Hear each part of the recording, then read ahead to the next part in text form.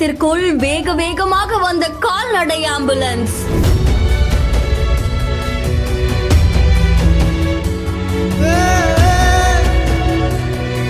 என் உசுருக்கு என்னப்பா ஆச்சுன்னு கதறி துடித்த இளைஞர்.